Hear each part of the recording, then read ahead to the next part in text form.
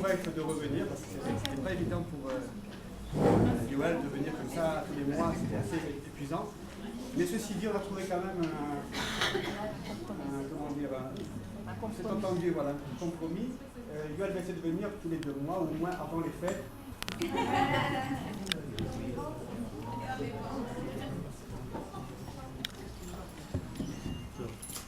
ברשות מורבי, ברשותכם.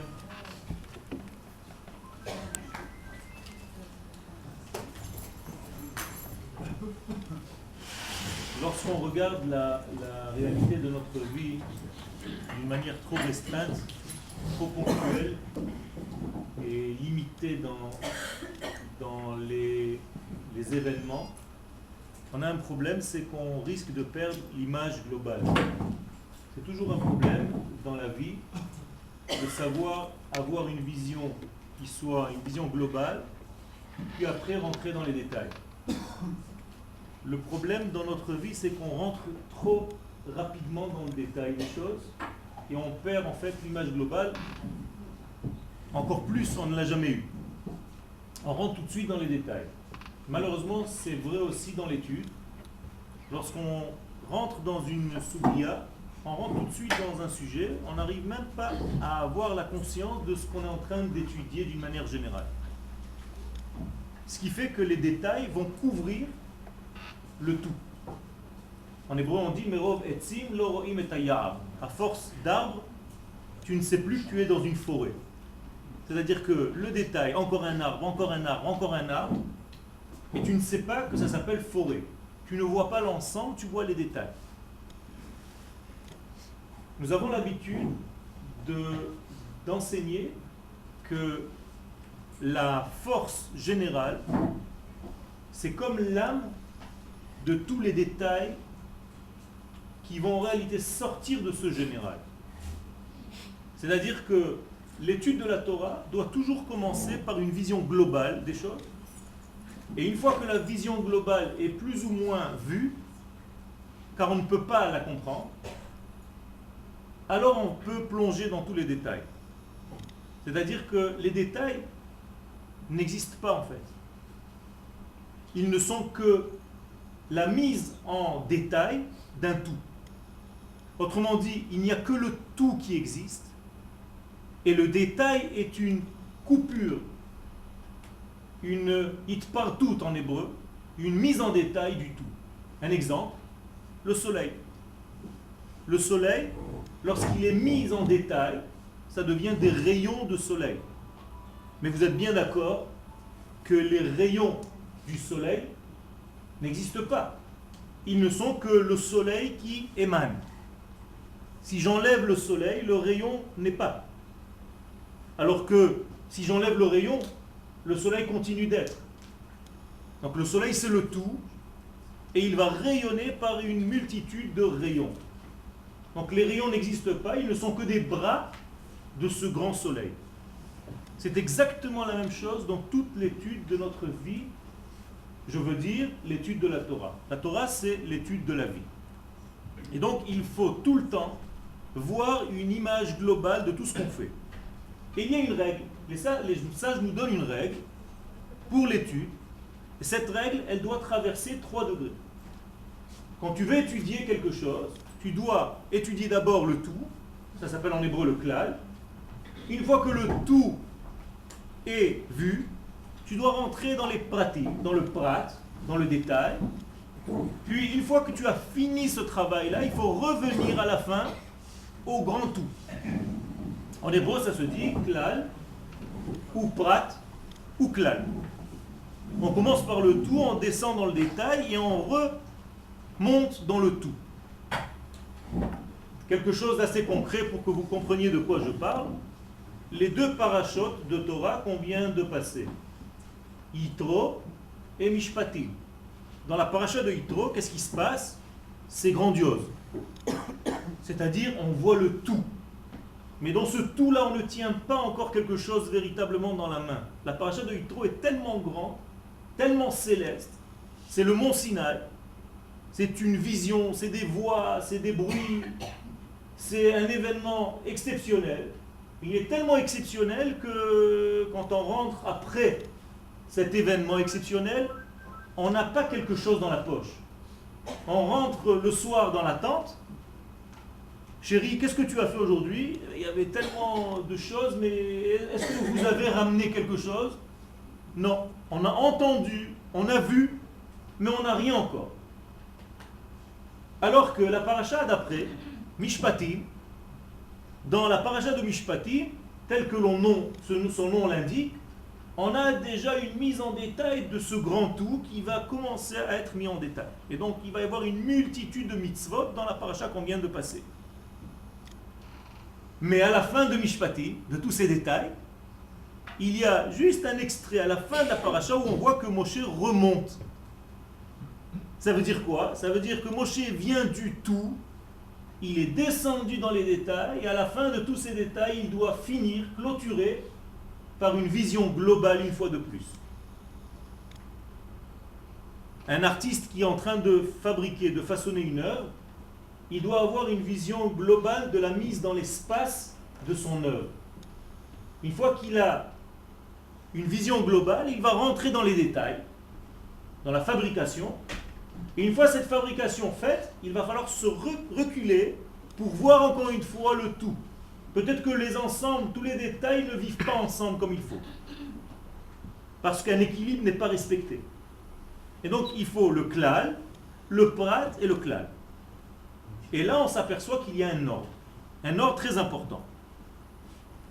Alors on va essayer de faire un petit peu ce jeu dans l'année. On ne va pas tout prendre parce que nous sommes dans la fête de Pourim, mais on va essayer un tout petit peu de concentrer notre étude sur quelques mois qui sont autour de Pourim. On va commencer par exemple par Tou Bishvat. Tou Bishvat, ça fait pas très longtemps. À Tou Bishvat, qu'est-ce qu'on a fait? On a mangé des fruits. On a pris conscience de notre force de lien avec la terre. C'est une fête que les kabbalistes ont remis à jour. Une fête qui n'est marquée nulle part. Et on a commencé à prier et à faire des bénédictions sur les fruits. Très intéressant. C'est-à-dire qu'on a trouvé le divin qu'il y a dans les fruits de la terre. Un thème très important pour le Rav Kook. En hébreu, Hakdusha Shebateva. La sainteté qui se trouve dans la nature. Est-ce que j'arrive à trouver le divin dans la matière, dans un fruit? Et là, il y a toute une éducation que je ne vais pas répéter, mais juste un petit détail, savoir tout le temps d'où je viens, de qui je reçois ma force. Et c'est pour ça que lorsque je prends une pomme pour faire une bénédiction, je n'oublie pas que la pomme vient d'un arbre. Apparemment, c'est tout bête, mais pas du tout. Il y a des gens qui mangent des pommes et qui ne savent pas que cette pomme a un passé, a un père, a une mère. Et donc quand je prends la pomme, l'éducation de base me dit Boré Peri Haetz. Rattache toujours la pomme à sa source. C'est une éducation de vie pour savoir d'où tu viens et qu'est-ce que tu es en train d'intégrer. Alors effectivement, on a mangé à Tou Bishvat des fruits. Un mois plus tard, exactement, jour pour jour.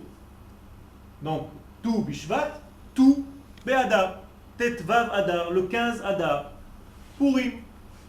Qu'est-ce qu'on fait à Pourim? La même chose, on se retrouve encore une fois à table. Autour d'une table, cette fois-ci, on va un tout petit peu creuser. C'était Kita Aleph, Tou Bishvat, c'était Ulpan Aleph. On a pris des fruits et on a béni le lien, on a trouvé le divin qui se trouve dans le fruit. Maintenant, on va augmenter la difficulté.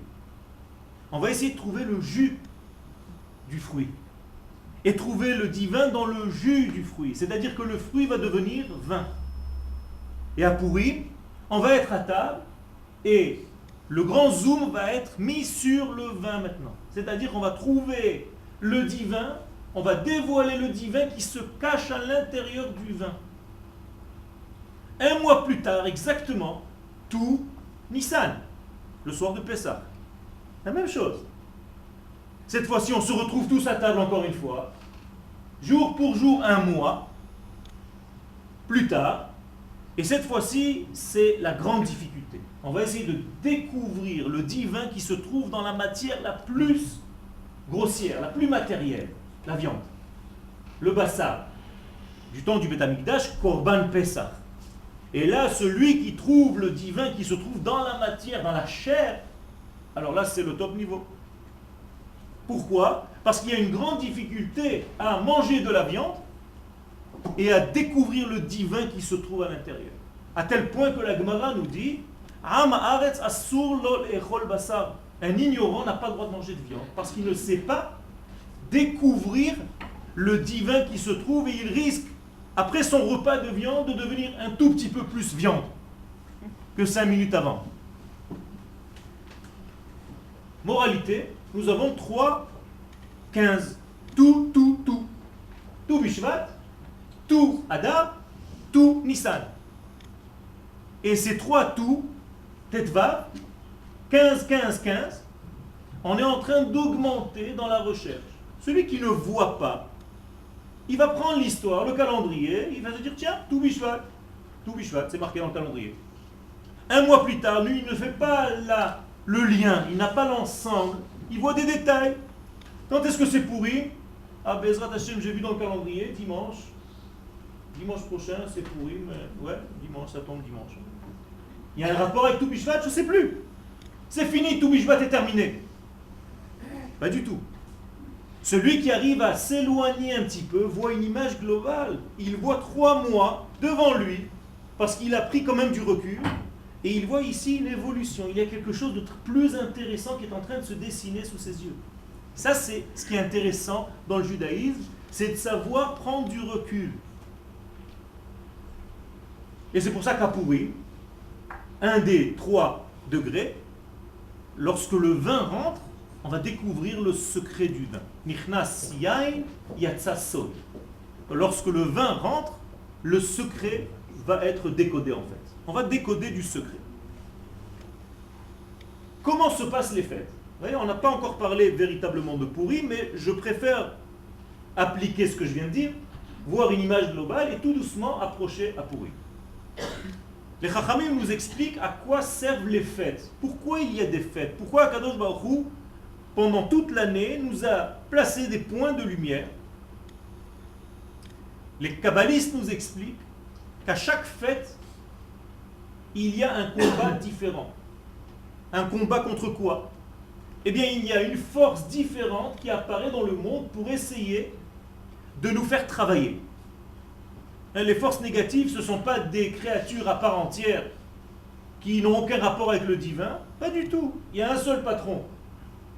Akadosh Baruch Hu, En Od Milevado. Et il nous place devant des difficultés pour qu'on essaie d'augmenter, de grandir en fait. La difficulté va nous hisser plus haut. En hébreu, ça s'appelle Nisayon, qui se traduit par épreuve, mais en réalité, Nisayon en hébreu veut dire drapeau. Nes, qui veut dire aussi miracle. Qu'est-ce que c'est un miracle? Qu'est-ce que c'est un drapeau? C'est une situation, lorsque tu tiens le coup dans cette situation, tu vas devenir beaucoup plus grand après. Et les grandes choses dans ce monde, elles passent toujours par un nisayon, par une épreuve, parce qu'on va grandir après.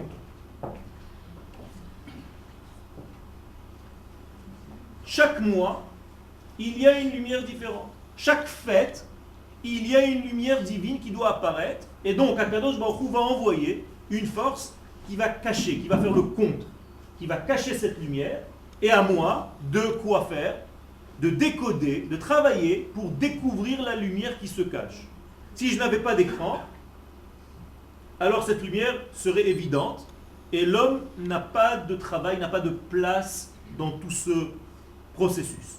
Akadosh Baruch Hu veut nous donner une importance. Et donc il nous donne une difficulté.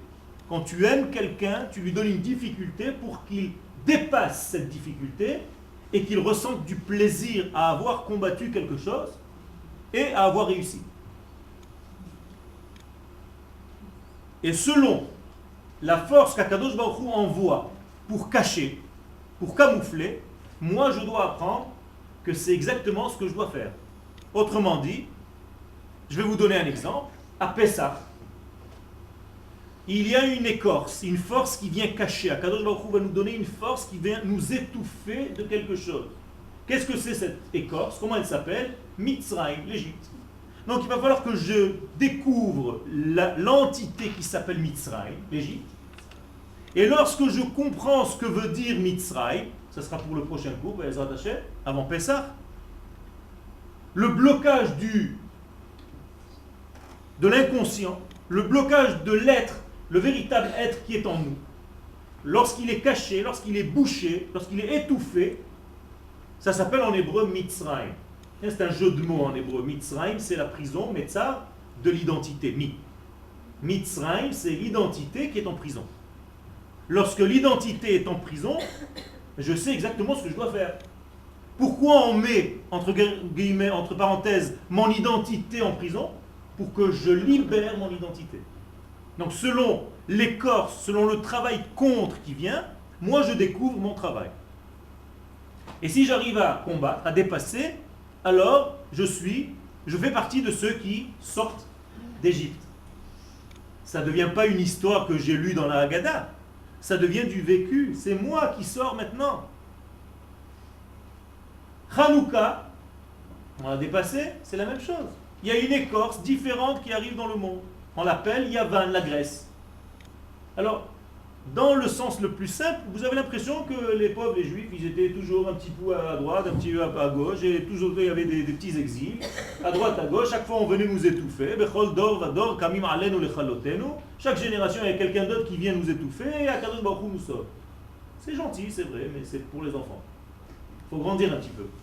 Pourquoi à chaque fois ça vient avec d'autres personnages, d'autres déguisements? Ça veut dire que je dois découvrir une autre partie de moi, une autre parcelle de moi qui jusqu'à maintenant n'était pas encore découverte. Et Akadosh Baruch Hu va me pointer du doigt là où il y a une difficulté, là où je dois faire le nouveau travail. Alors à Hanouka, la même chose. On ne va pas rentrer dans le détail. Il y a une écorce qui va venir étouffer la personne, et la personne qui va combattre va être libérée et va découvrir la lumière. La même chose, la lumière de Hanouka cette fois-ci. On arrive à Purim. Qu'est-ce qui se passe à Purim? Quelle est l'écorce de Purim? Quel est le mal? Quelle est la couverture qui vient effacer, qui vient étouffer et que je dois combattre, que je dois enlever pour découvrir ce qu'il y a à l'intérieur? Comment s'appelle cette écorce? Les sages nous disent Amalek.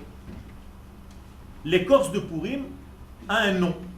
Elle s'appelle la Klippa, l'écorce de Amalek. Alors qu'est-ce que c'est que cette Klippa de Amalek? La Klippa de Amalek, c'est d'abord une direction de pensée. Amalek nous indique, en hébreu, quand vous étudiez à l'Ulpan, il faut tout le temps chercher la racine des choses. Les Chachamim nous disent que dans le mot Amalek, il y a d'abord le mot Am, notion de peuple. Et il reste deux lettres, Lak. Lak, en hébreu, ça veut dire venir lécher, venir avaler, comme un chien, nous disent les Chachamim, qui vient manger, qui vient avaler la notion de peuple. Ça veut dire que la Klippa de Amalek, cette écorce contre laquelle on doit sortir pendant le mois de Hadar, c'est une écorce qui va nous faire perdre la conscience de faire partie d'un peuple. Comment on fait conscience, on fait prendre conscience à la personne en la perturbant qu'elle ne fait pas partie d'un peuple, en mettant en exergue son individualité. Ça veut dire que l'égoïsme va devenir très important. Donc Amalek va donner une force pour renforcer l'égoïsme chez l'homme, et l'homme va donc perdre sa notion de peuple. Si tu as quitté cette notion de peuple, tu es déjà dans un problème. Comment la Torah, comment les sages nous définissent par exemple le rachat, le mécréant? Comment on le définit dans la Torah? Les sages définissent le rachat par une seule chose. Dans la Haggadah de Pessah. Rachat, ma'u omer. Qu'est-ce que dit le rachat? Ma ha'avodah hazot lachem. Qu'est-ce que vous êtes en train de faire? Et les sages nous disent, les filles shehotzi et atzmo minaklal, comme il s'est exclu du tout, kafar ba'ikar, il a renié l'essentiel. Et donc il s'appelle rachat. Qu'est-ce que c'est le mécréant? C'est pas celui qui fait quelque chose contre. C'est tout simplement d'abord celui qui s'est retiré du tout. Si on revient à ce qu'on a dit au début du cours, c'est celui qui n'a jamais une image globale de ce qui se fait. Il est tout le temps dans le détail uniquement. Il se perd dans les détails. Vous savez ce que ça veut dire se perdre dans les détails? C'est se perdre dans le moment, dans l'instant présent. Et ne pas connecter cet instant présent avec quelque chose du passé et avec quelque chose du futur. Ça veut dire que s'il y a chas v'shalom une mauvaise nouvelle, alors cette personne est morte. Parce qu'elle ne sait pas ce qu'il y a avant, elle ne sait pas ce qu'il y a après. Elle ne voit pas une construction de chaque chose. Elle voit le dégât au moment où il est, et c'est tout. Ça, c'est un danger. Amalek, c'est exactement ce qu'il est en train d'émettre comme émission. Ça, c'est son émission. Vous savez, il y a marqué dans la Mishnah de Ta'anit, lorsque le mois de Hadar arrive, qu'est-ce qu'il faut faire? Il faut augmenter la simcha. Vous savez pourquoi? Est-ce qu'on vous a déjà dit d'augmenter la simcha un autre mois de l'année? Non. Alors, la plupart des gens se disent, dès que le mois de Hadar arrive, en fait, la simcha arrive en même temps. C'est faux. C'est faux. Au contraire, les sages te disent qu'il faut faire un acte de quoi? D'agrandir, d'augmenter la simcha. Autrement dit, je vais vous traduire maintenant autrement. Si tu n'augmentes pas la simcha dès que Hadar rentre, tu risques la dépression. Tu sais pourquoi? Parce que la simcha qui te suffit pour toute l'année ne suffit pas pour Hadar. Hadar, il y a quelque chose de beaucoup plus fort qui apparaît dans le monde. Et si tu restes avec le même niveau que simcha que tu as d'habitude, tu risques de tomber de très haut. Moralité, pour rester au moins dans l'équilibre, il faut que tu augmentes le volume de ta simcha. Très important. Ça veut dire quoi? Ça veut dire que le mois de Hadar est un mois a priori difficile au départ. Et on voit le début de la Megillah. Nous, on ne comprend rien à la Megillah Esther. On arrive à Purim à la synagogue, on est déjà déguisé, on est déjà content, et on commence la Megillah, qui jusqu'à la moitié parle d'un pogrom, et on est en train de rigoler. On ne comprend même pas ce qui se passe là-dedans. Et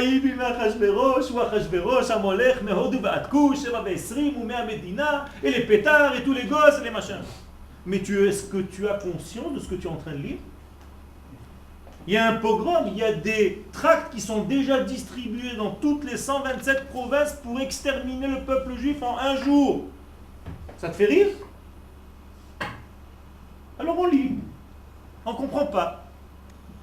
En réalité, on comprend. Pourquoi? Parce que comme il y a une mitzvah d'ouvrir la Megillah tout entière avant de la lire, alors on sait déjà ce qu'il y aura à la fin.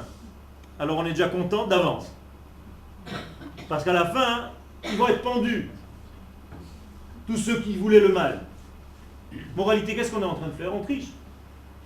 On est en train de voir une vision globale. On s'est retiré, on s'est éloigné, et on a toute la Megillah devant nos yeux. On a le passé, le présent et le futur. C'est-à-dire on s'est mis entre guillemets à la place de Dieu. On est au-dessus du temps. On domine le passé, le présent et le futur. Celui qui arrive à faire ça, en réalité, il est automatiquement dans la joie. Pourquoi? Parce qu'il voit toujours, même les événements qui commencent négativement dans ce monde, même les événements difficiles dans notre vie, même l'évolution difficile, à la fin, on va toujours vers une lumière. Et donc on se place d'une manière beaucoup plus élevée, très élevée à Purim. On a une domination sur le temps. On joue un petit peu à Dieu. Et c'est pour ça qu'il y a une mitzvah de découvrir la Megillah tout entière avant de la lire. Mais je reviens à notre inyan. Amalek va essayer exactement de casser, de briser cette force. C'est-à-dire, il va te dire, non, non, l'instant est difficile, maintenant tu dois te mettre en dépression. Aujourd'hui, ça ne va pas. Arrête de me parler de demain, arrête de me parler d'hier, aujourd'hui, ça ne va pas. Sois réaliste. Donc tu dois être déprimé. Ça, c'est Amalek. D'ailleurs, le verset est clair. Qui c'est Amalek?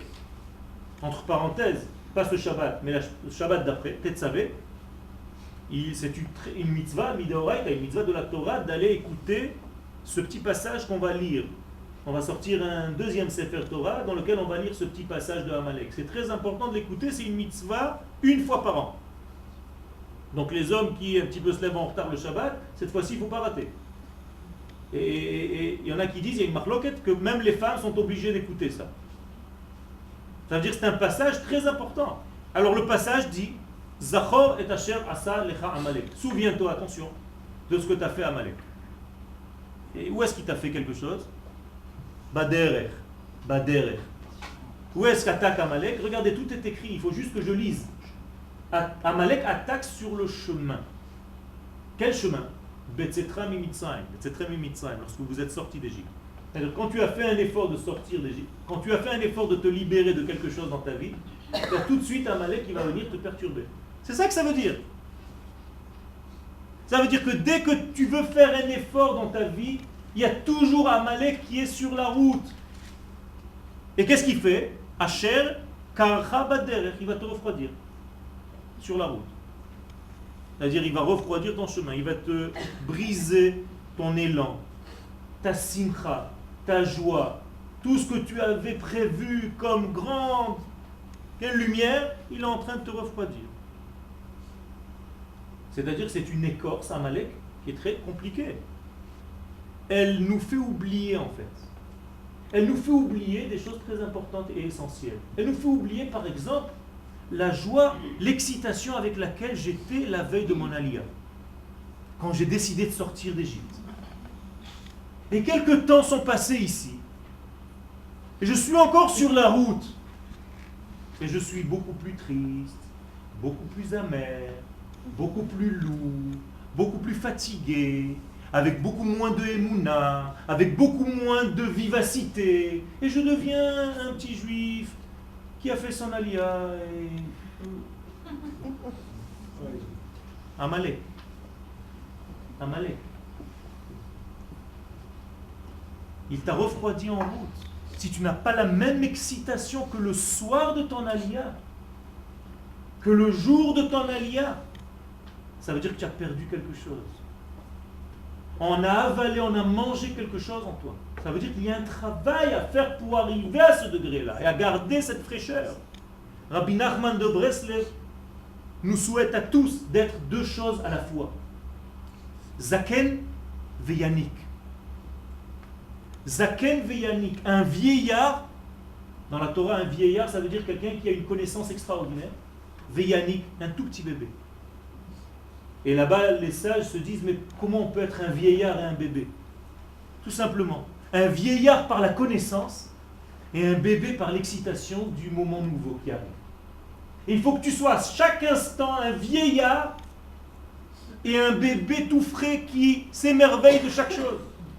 Si tu as perdu ça, Chas v'shalom, Amalek a eu raison de toi.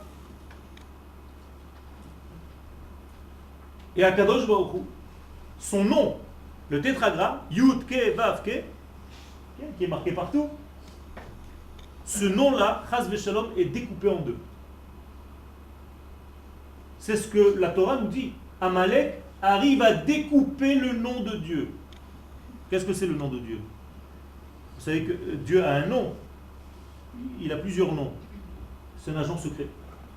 Il se déguise, de temps en temps il change de nom. Vous connaissez des noms de Dieu? Il y a Yud-Ke, Vav-Ke, il y a Elohim, il y a Ekye, il y a Aleph-Hei, Vav-Hei, il y a Shem Tsevaot, il y a Shaddai, il y a... Mais c'est quoi tous ces noms-là? Qu'est-ce que c'est que tous ces noms? En réalité, ce sont des manifestations différentes de la même lumière divine dans ce monde. Ce sont des vêtements. Le nom, c'est juste l'apparition. Alors, qu'est-ce que c'est le nom, le tétragramme, Yud, Ke, Vav, Ke? Comment ça se traduit en hébreu?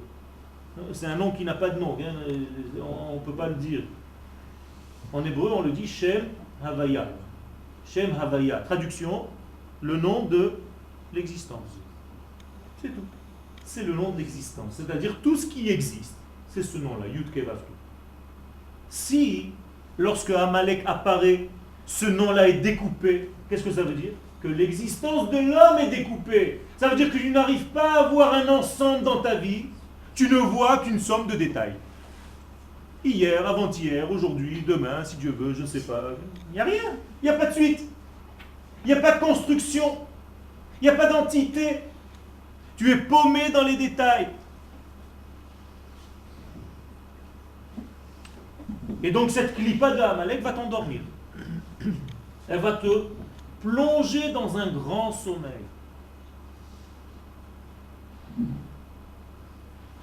Et la Megillah commence comme ça.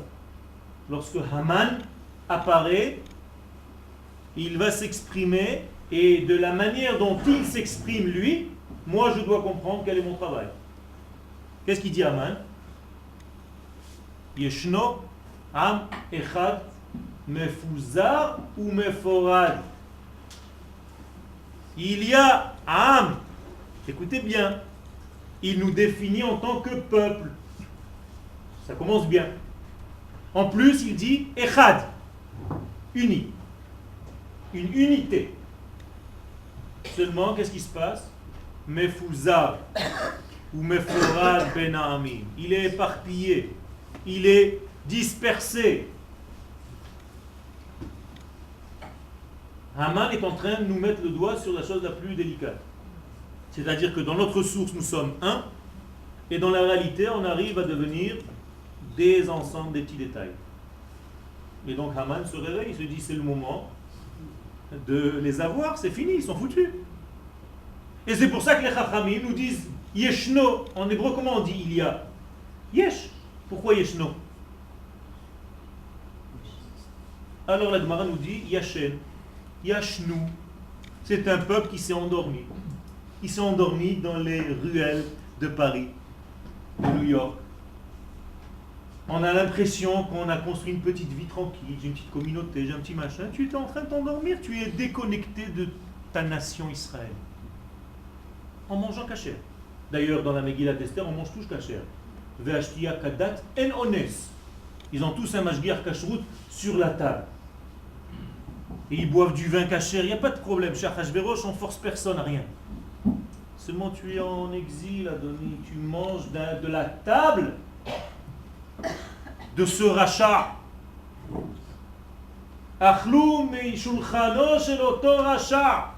Alors que nous avons une table qui est Eretz Israël, où on mange de la table d'Akadosh Baruch Hu.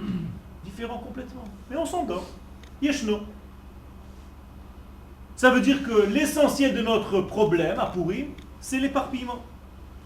On a perdu notre identité. Donc Purim doit normalement, si j'arrive à faire le travail nécessaire, me redonner mon identité. Je dois prendre conscience le jour de Purim de mon identité. Mais il y a un paradoxe extraordinaire à Purim. Je dois prendre conscience de mon identité en la perdant. Et je dois me saouler. Je me saoule tellement que j'ai l'impression de perdre mon identité.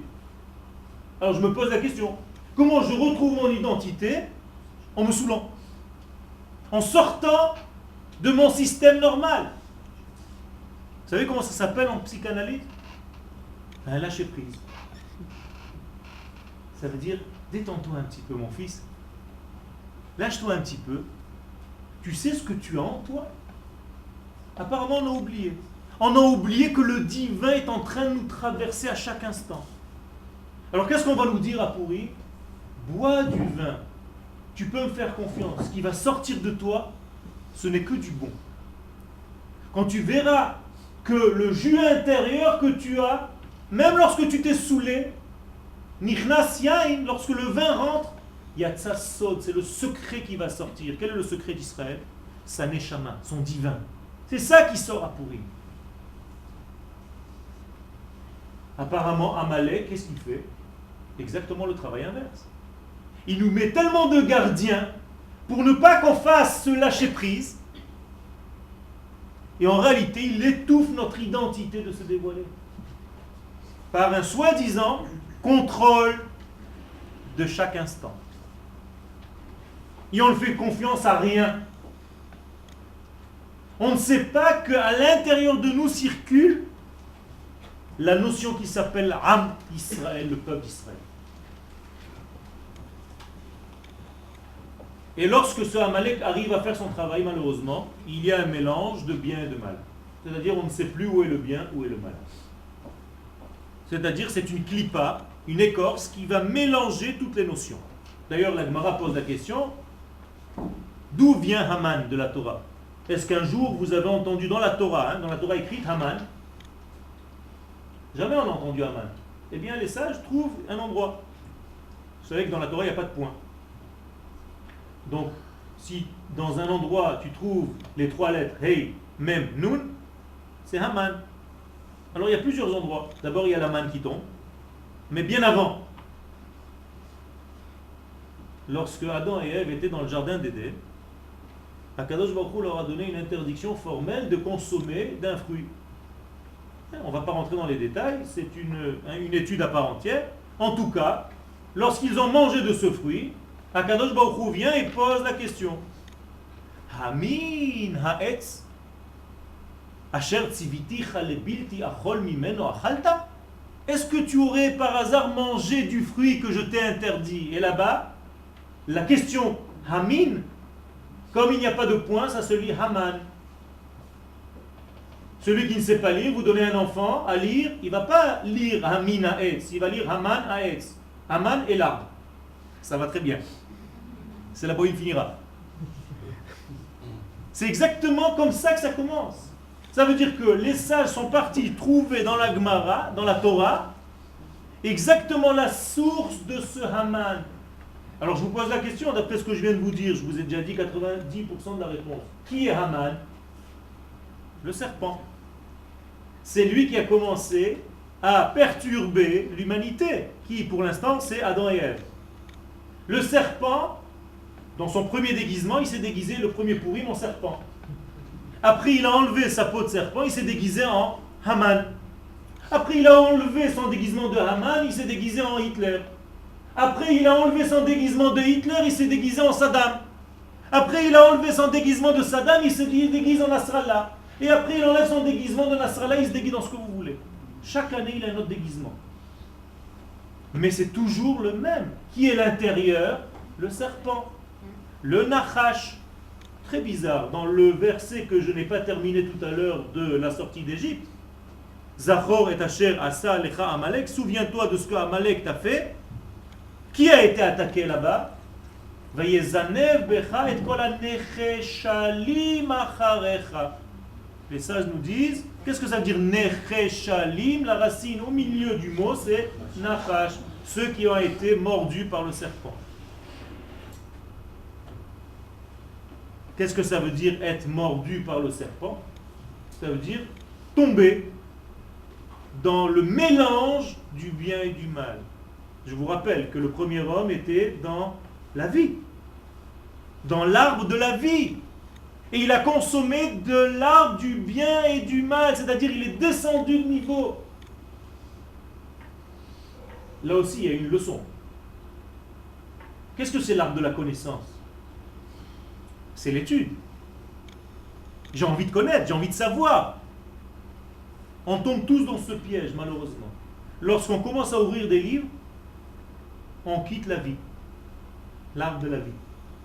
Les gens qui étudient la Torah pensent que la Torah c'est quelque chose et la vie c'est autre chose.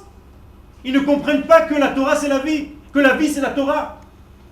Il y a d'ailleurs une fameuse Mishnah exceptionnelle qui dit: celui qui est en train de lire sa Mishnah et qui arrête de lire la Mishnah parce qu'il vient de voir un bel arbre et il se dit quelle merveille,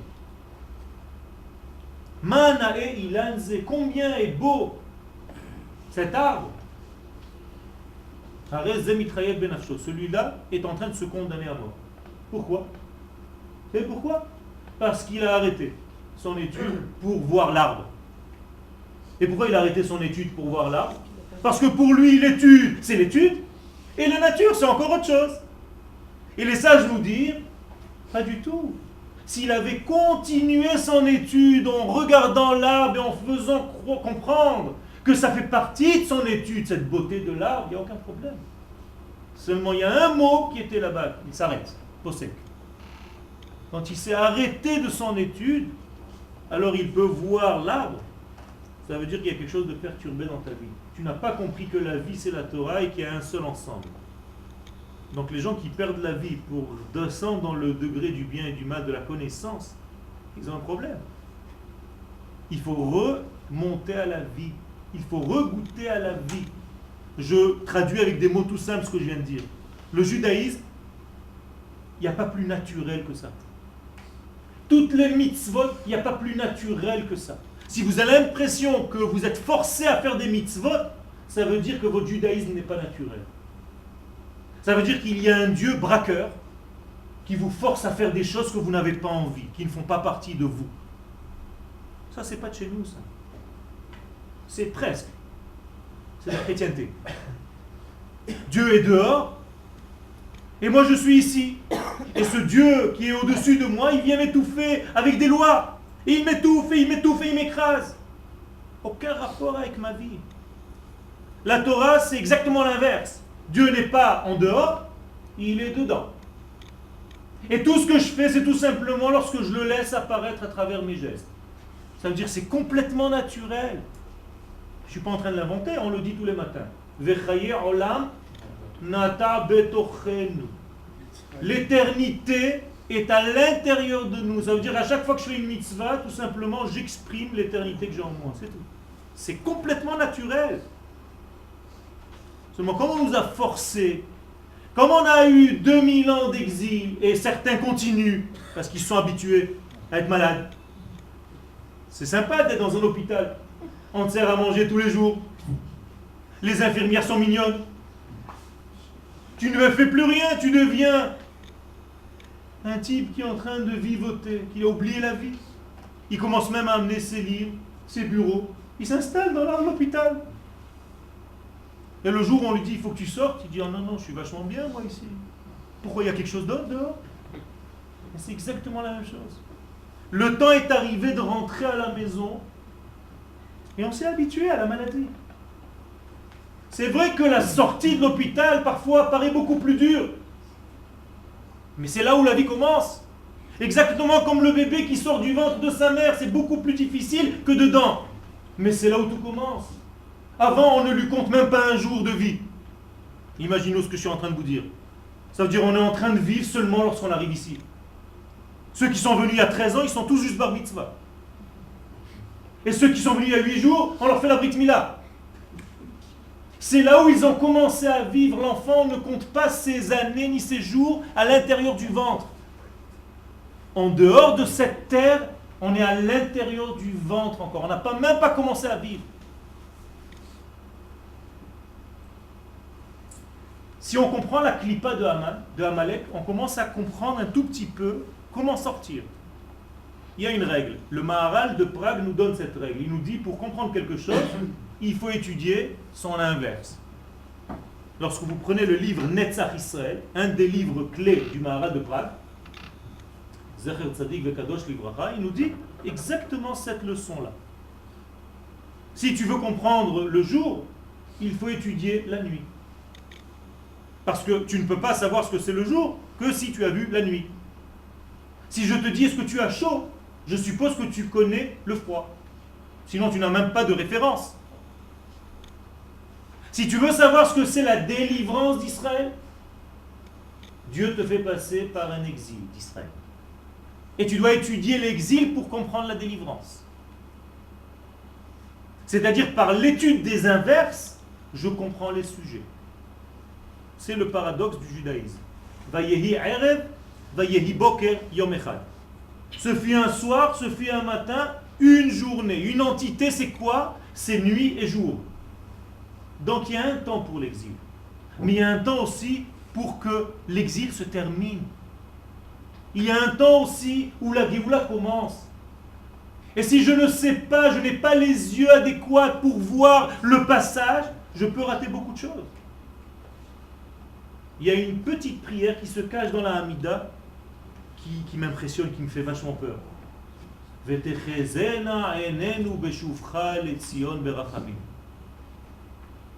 Qu'est-ce qu'on demande? Akadosh Baruch Hu, fais-nous voir, s'il te plaît, à Kadosh Baruch Hu, lorsque tu vas revenir à Tzion. Alors le Rav Kook s'est posé la question, Zatzal, pourquoi on demande à Kadosh Baruch Hu de nous faire voir ça quand il va revenir à Tzion? Nous dit le Rav Kook, parce qu'il y a beaucoup de gens qui ne vont pas voir. Les choses vont se passer devant leurs yeux et ils vont se poser la question, c'est quand la Géoula? Ils ne comprennent pas que les choses sont en train de se façonner sous leurs yeux. Ils ont des yeux et ils ne voient pas. Et on demande à Kadosh Baruch Hu de nous donner ses yeux pour voir le processus qui est caché dans la nature. C'est vrai que le processus est caché dans la nature. Vous savez pourquoi il est caché dans la nature? Pourquoi les miracles d'aujourd'hui ne sont pas dévoilés? Parce que nous sommes grands. Parce que nous sommes capables. Parce que Dieu nous juge capables de voir les choses cachées. C'est beaucoup plus mature. Si on doit nous montrer des miracles dévoilés, ça veut dire qu'on a encore des enfants.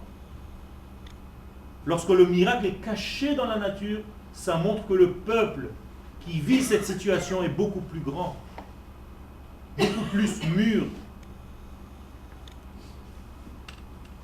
Et c'est comme ça que le Zohar dit Let nehora el amigo chashucha. Tu n'as pas de lumière, si ce n'est une lumière qui vient lorsque tu sais ce que c'est le noir.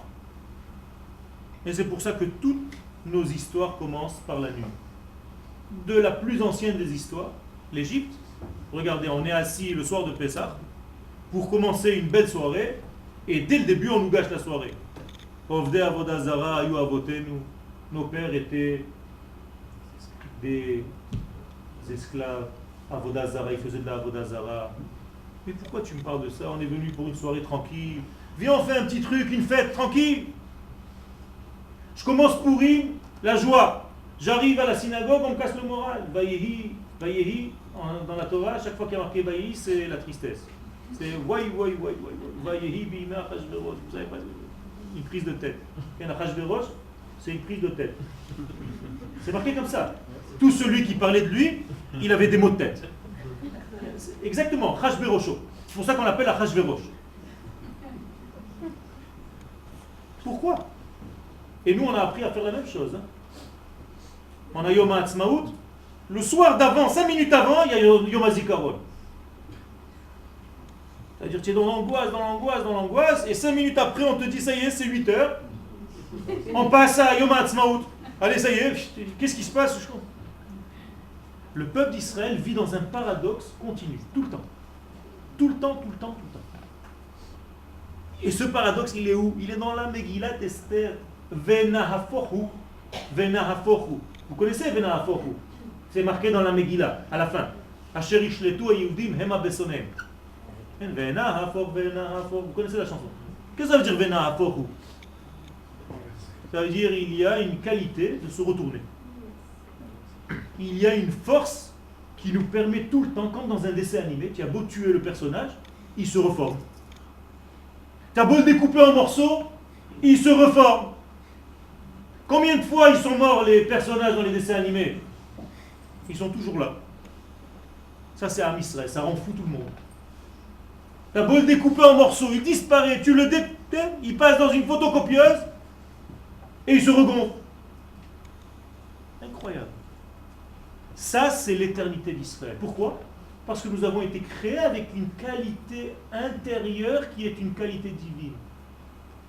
Pourquoi? On ne sait pas. En hébreu, on dit kaha. D'ailleurs, il y a le Ashrei, vous connaissez? Ashrei Ha'am, chez Kachalo. On ne sait pas. Heureux le peuple qui est kaha. Akadosh Baruch Hu nous a choisi. Ki becha chashak Hashem Elohecha. Car Dieu a eu envie de toi. Écoutez bien ce qui a marqué dans les versets. Et les Chachamim nous disent l'envie, ça ne se mesure pas. On ne sait pas pourquoi on a envie de quelque chose. Dieu a envie d'Israël, c'est tout. Celui qui ne sort pas heureux en dansant après avoir compris ça, c'est qu'il est malade. C'est que Amalek a réussi à le refroidir. S'il ne comprend pas qu'il est rempli d'identité divine, d'infinité, d'infini, et qu'il ne danse pas toute la journée, il ne comprend pas. Ivdu et Hashem besimcha. Si je ne fais pas les mitzvot, si je ne sers pas Dieu avec cette simcha, alors je suis en train de passer à côté de la plaque. Je n'ai rien compris.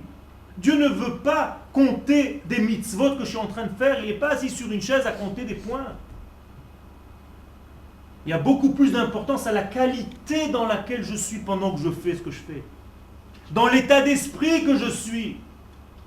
Si je fais un birkat Amazon en écoutant chaque mot et que je vibre et je suis content de cette belle terre à la Haaretz Tova Asher Natan Lach, et pas juste des mots en regardant la télé, en regardant autre chose. Birkat Amazon. Qu'à la fin tu finis, tu te demandes est-ce que j'ai fait birkat. C'est pas ça. Si tu prends conscience de chaque instant de ce que tu fais, tu entends les mots que tu dis, tu dois jubiler, tu dois danser tout le temps. Alors l'essentiel de Purim, c'est quoi? Mechiat Amalek. C'est ça l'essentiel de Purim, c'est d'effacer Amalek.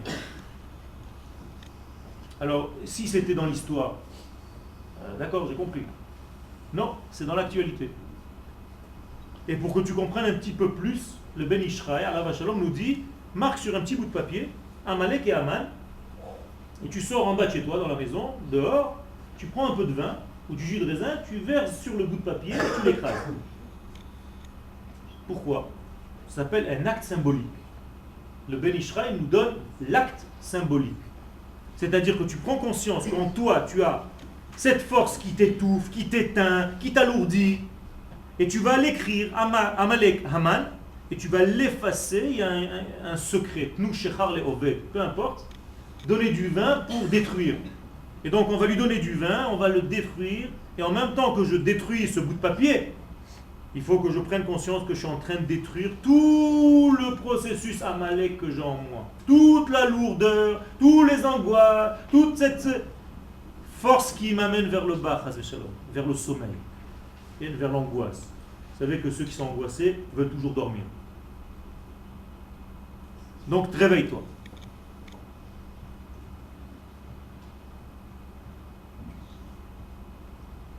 Et c'est un travail difficile.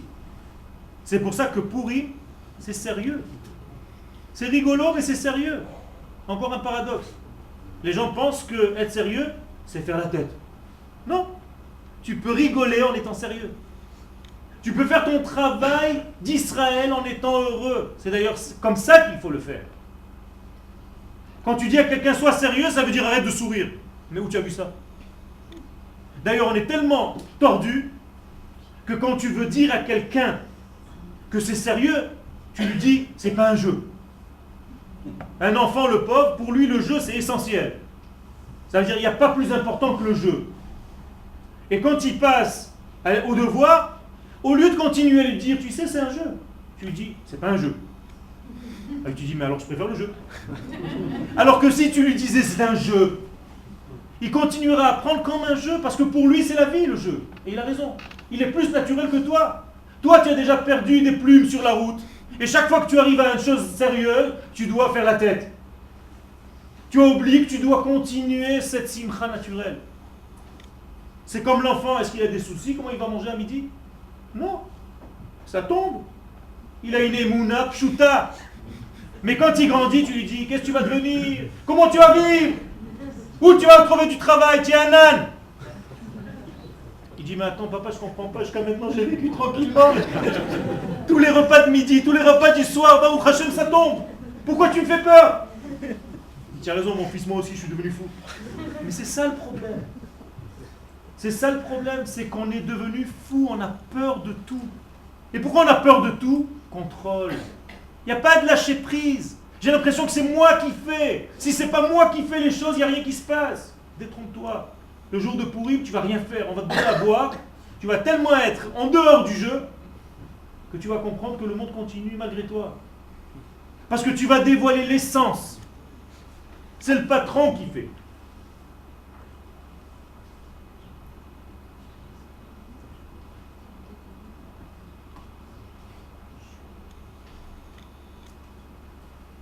Zachor et Asher asa lecha Amalek. Comment est-ce qu'on arrive à la mémoire? Au souvenir. J'aime pas le mot mémoire, mémoire ça fait passif. Zachor c'est zachar, c'est masculin. C'est-à-dire actif. C'est un souvenir actif. Pas de la nostalgie. Zachor, donc un souvenir actif, et Asher Asa Lecha Amalek. Alors je vous pose la question, comment on arrive à avoir de la mémoire active? Je vais vous poser la question différemment. Qu'est-ce qui nous fait perdre la mémoire? À cause de quoi nous n'avons pas une bonne mémoire? C'est pas rhétorique, hein, j'ai une réponse. Vous avez l'habitude que je parle, ça fait une demi-heure tout ça. On est bombardé d'informations. Il y a une seule chose. On est trop dans le présent, peut-être. Une seule chose qui nous fait oublier, le temps. C'est-à-dire que si maintenant je vous donne une information, 10 minutes plus tard, je vais vous poser la question, vous allez déjà oublier. Qu'est-ce qui s'est passé? 5 minutes, c'est tout. J'ai appris il y a 3 jours, mais j'ai oublié. Ça veut dire que le temps nous enlève la capacité à la mémoire. Donc je vais vous donner une solution. Si vous arrivez par exemple à dominer le temps, à sortir du temps, arriver à un moment qui domine tous les temps, est-ce qu'il y a perte de mémoire? Non. Qui est dans un degré où le temps n'existe pas? Akadosh Baruch Hu. Il est dans l'unité parfaite, donc chez lui, il n'y a pas de perte de mémoire. Akadosh Baruch Hu, c'est le roi de la mémoire. C'est la mémoire. Je vous ai dit une fois que l'année commence par une journée de mémoire. Rosh Hashanah, comment ça s'appelle? Yom HaZikaron, la journée de la mémoire. C'est dommage qu'il ne s'est pas marqué comme ça d'ailleurs. Parce que c'est exactement ça, c'est la journée du souvenir. C'est ça qu'on doit travailler à Rosh Hashanah. Purim, c'est la même chose, c'est une journée de souvenir de qui? De Amalek. C'est-à-dire, arrive à comprendre où se trouve à chaque instant dans ta vie le Amalek. Pour que tu puisses faire le travail convenablement. Pour ne pas qu'il te fasse encore une fois tomber de l'arbre de la vie, de la nature, de l'homme qui vit, à l'arbre de la connaissance. Au savoir. Aujourd'hui, si je vous pose la question, par exemple, où est inscrite la Torah? Qui veut me répondre? Où est-ce que la Torah est inscrite? Okay? Les gens nous disent dans les livres, dans le parchemin. Mais c'est faux, la Torah est inscrite en nous. Baruch Hashem. C'est exactement ça la réponse. La Torah, c'est nous. La Torah est à l'intérieur de nous. Elle est inscrite chez nous. Elle n'est pas inscrite dans des livres. Des livres, comme dit mon maître, ce sont des ramasses-poussières. Alors pourquoi on étudie dans des livres? Parce qu'on est incapable d'accéder à ce souvenir naturel que nous avons à l'intérieur de nous. Mais si on était capable de faire ça, on n'aurait pas besoin de livres. Vous croyez qu'Abraham Avinu se baladait avec des Gemarot? Et pourtant il faisait Pessah le jour de Pessah, alors que Pessah n'était pas encore. Il n'y avait même pas de juifs qui sont sortis d'Égypte. Et il mangeait des matzot, alors qu'il n'y avait même pas de matzot encore. Et comment il savait? Il est au-dessus du temps. Donc ce qui va venir dans quelques centaines d'années ou milliers d'années, il le voit déjà maintenant. Moralité. Comment je peux accéder au souvenir actif? En accédant à mon monde intérieur, qu'on appelle le monde qui vient, Olam Haba. Plus je suis en connexion avec mon intériorité, avec mon identité la plus vraie, plus je suis dans un degré de Olam Haba. Et dans le degré de Olam Haba, il y a une seule chose qui n'existe pas, le temps. C'est-à-dire que si je touche mon âme, d'ailleurs chacun de vous ici, quand on lui dit quel âge il a l'impression que son âge ne bouge pas. Même si lui a vieilli, à l'intérieur il n'y a pas d'âge. L'âme n'a pas d'âge. Il y a le corps qui vieillit, mais chacun se sent jeune. C'est un secret ça. Malheureusement, aujourd'hui, quelle est l'information? Regarde ton corps, ne regarde pas ton âme. Donc on va vous fournir des camions de pommade pour soigner les corps. Encore et encore. Ça veut dire que l'essentiel, c'est l'extériorité. Et nous, Am Israël, on a quelque chose à émettre au monde. C'est qu'il y a une intériorité, c'est qu'il y a une âme, c'est que nous avons une force intérieure que nous devons donner, que nous devons sortir, mais à condition que nous-mêmes, nous accédions à ce degré-là, intérieur, qui s'appelle le Olam Haba, qui est à l'intérieur de nous. Le monde qui vient, pas le monde futur, le monde qui vient, le monde qui est là, qui est dans un autre degré de conscience, qui est très profond à l'intérieur de nous. Lorsque j'arrive à ce degré-là, le temps n'existe plus. Donc plus je rentre profondément en moi, qu'est-ce que je gagne? Du souvenir. J'ai beaucoup plus de mémoire. Si vous voulez que votre mémoire revienne, accéder de plus en plus à votre monde intérieur. C'est là où se trouve la mémoire. Et pas à faire des exercices extérieurs qui sont complètement négatifs, qui ne servent à rien. Ce sont des exercices de style extérieur qui sont étrangers à votre identité. La seule mémoire, c'est l'accès à l'identité, c'est tout. Reviens à ton identité. Comment on le fait? En étudiant. Plus tu étudies, plus la mémoire augmente. Regardez un vieillard, sénile, et regardez un Talmid Chacham vieillard, c'est une lumière. Et ils ont le même âge. Un n'a aucun souvenir, ça rentre d'un côté, ça sort de l'autre, il ne reste rien. Et l'autre, tout ce qu'il prend reste. Pourquoi? Il touche à chaque instant son monde intérieur. Donc il est dans le souvenir constant. Et c'est exactement le travail de Purim. Zachor, c'est le premier mot. Zachor, souviens-toi.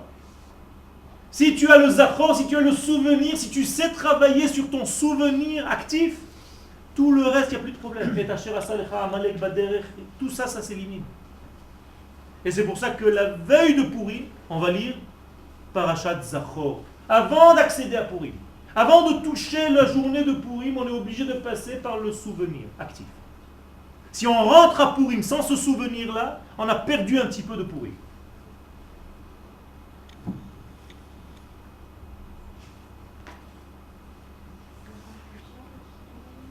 Okay.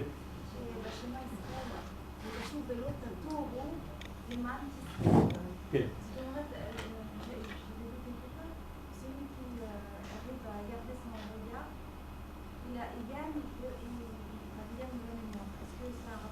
De Vadaï. Il y a plein de degrés, d'autres degrés. Par exemple, pour item auto, ou schartem. C'est-à-dire que nous avons des éléments, mais c'est toujours les mêmes éléments. On nous dit par exemple qu'en regardant les tzitziot, on a du souvenir. Qu'est-ce que ça veut dire? C'est-à-dire en regardant ce que représente le tzitzit, c'est mon monde intérieur le tzitzit, c'est mon identité. Plus je regarde le tzitzit, plus j'ai de la mémoire active. Donc ce sont des secrets. Dans le schéma Israël, c'est la même chose. Si tu arrêtes de voir des choses extérieures, si tu arrêtes de te perdre en fait, dans des bêtises, et tu te rives sur l'essentiel, encore une fois, tu gagnes cette mémoire, tout simplement. Et c'est ça le zikaron, c'est ça la mémoire. En fait, avec des mots simples, c'est d'être concentré à 100% dans ce que tu fais. C'est tout. C'est être entier à chaque instant lorsque tu fais quelque chose. Okay? Ce que vous venez de dire, c'est exactement ce que les sages nous disent. Ils font une référence entre Zachor et Asher Asa Lecha Amalek et Zachor et Yom HaShabbat. Et les Chachamim nous disent Zachor élimine Zachor. C'est-à-dire, lorsque tu fais le Zachor du Shabbat, tu élimines le Amalek, qui lui aussi commence par un Zachor. Il y a un équilibre entre les deux. Donc l'observance du Shabbat, parce que ce Shabbat c'est un monde intérieur, c'est le Olam Haba, automatiquement le souvenir revient. Et exactement dans tous les thèmes de notre judaïsme, c'est d'accéder à notre monde le plus profond. C'est-à-dire l'essentiel de nous-mêmes.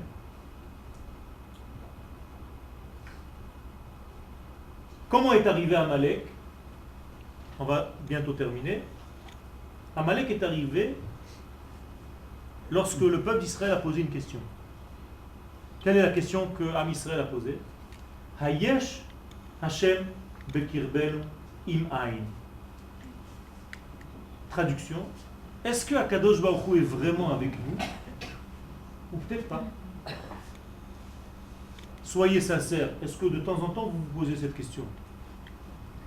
Bien sûr. Ceux qui tombent dans la déprime de temps en temps par des informations difficiles, qui disent mais moi j'ai un copain, à chaque fois il me dit ils ont gagné et Dieu est avec eux. Chas v'shalom. Chas v'shalom. Hayesh Hashem bekirbenu im ayin. Est-ce que Dieu est avec nous? Mais je vais aller un petit peu plus profondément. C'est beaucoup plus délicat que ça. C'est parce que Dieu est avec nous, il est contre nous. Hayesh Hashem bekirbenu.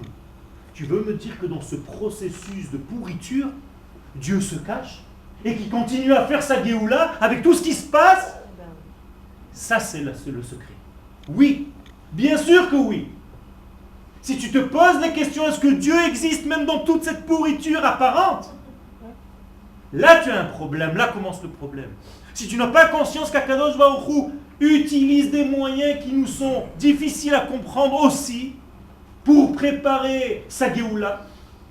Parce que toi, ça ne s'habille pas dans ton système de réflexion parce que tu ne sais pas faire un lâcher-prise. Et donc tu dis à Kadosh Baruch Hu, excuse-moi, mais mon Rav, il m'a dit que c'était pas comme ça la Géoula. Tu peux faire exactement une Géoula comme j'ai appris?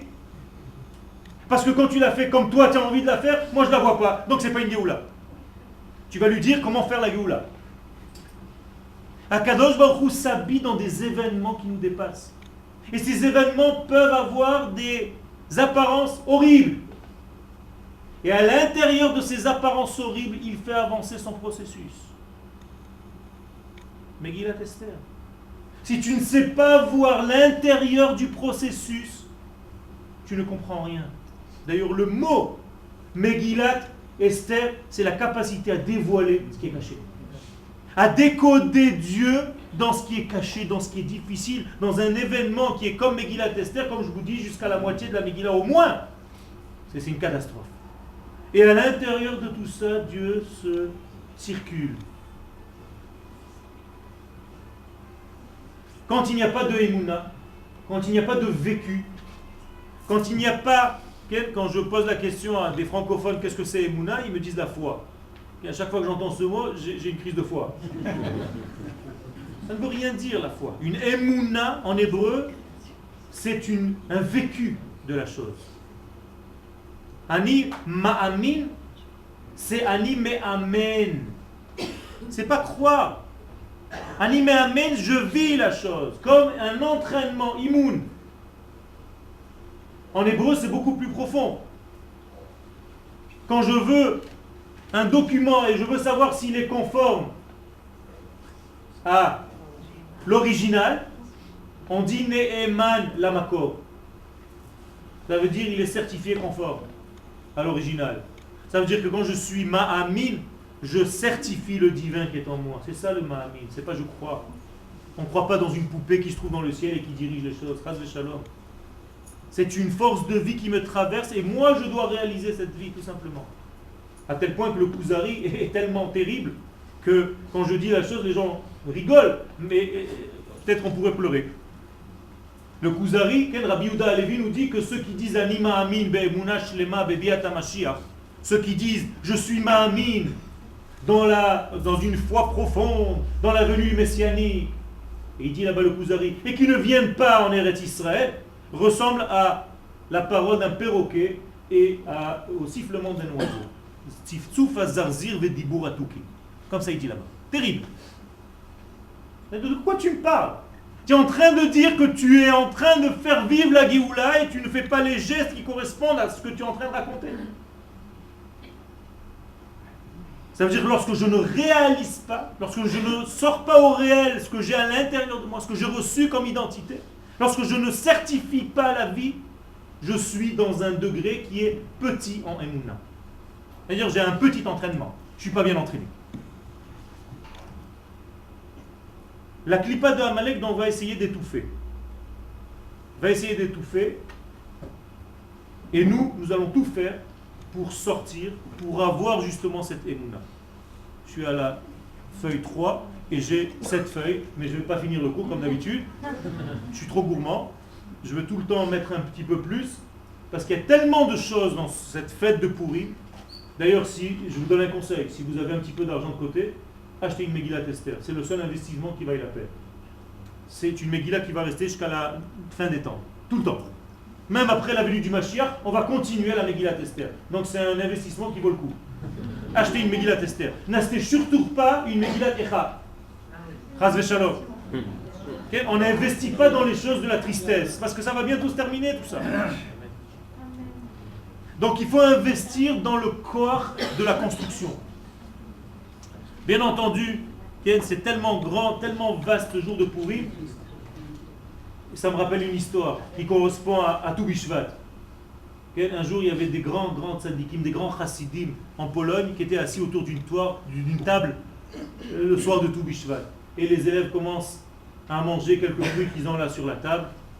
Et le grand rabbi leur dit de dire des livrets Torah. Et chacun dit des livrets Torah. Et à la fin arrive le grand élève.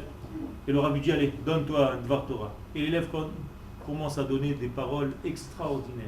Seulement, il est dans une petite yeshiva en Pologne là-bas. Et le Rav est en train de pleurer.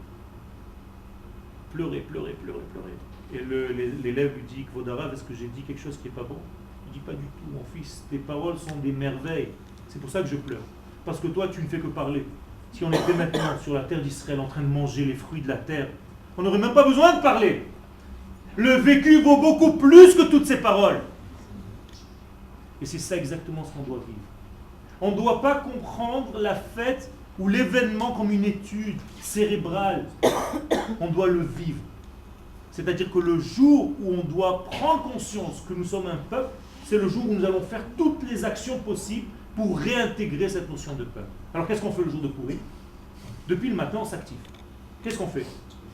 Mishloach Manot. On va commencer à tisser une toile entre nous. On va comprendre que nous sommes liés tous. Comme si on avait oublié. Tiens, il faut lui envoyer celui-là. Celui-là, je l'ai oublié. Il faut lui donner. Et mon voisin, j'ai un petit problème avec lui. Il faut que je donne. Et cela. Et tout le monde. Et tu reçois. Et tu ne sais même plus. À la fin, tu fais les paquets avec ce que tu as reçu. Et tu ne sais plus.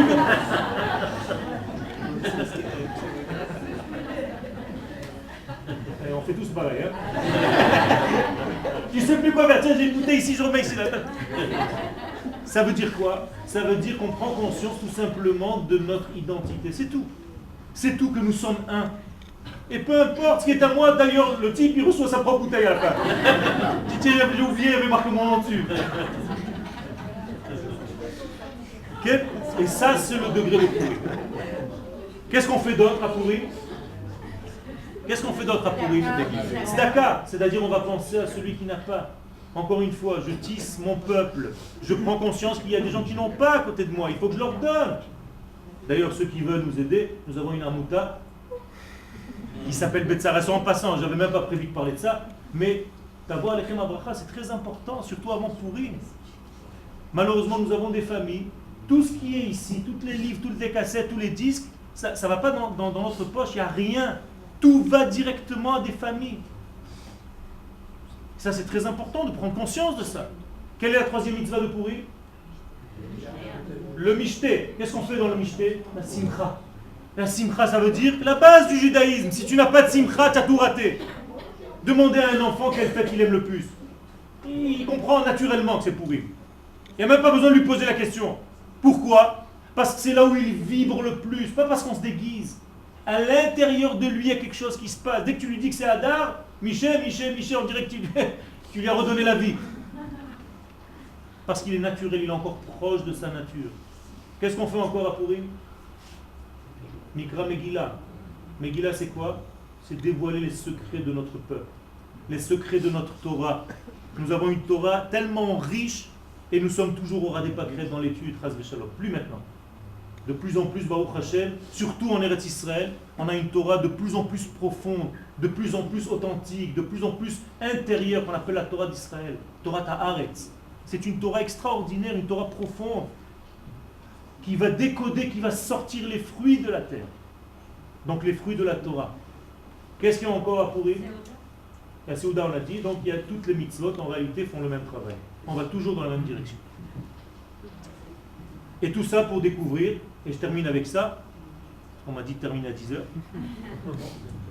Le Aleph, l'identité d'Israël, le Aleph, Akadosh Baruch Hu s'appelle Aloufo Shel Olam, le champion du monde.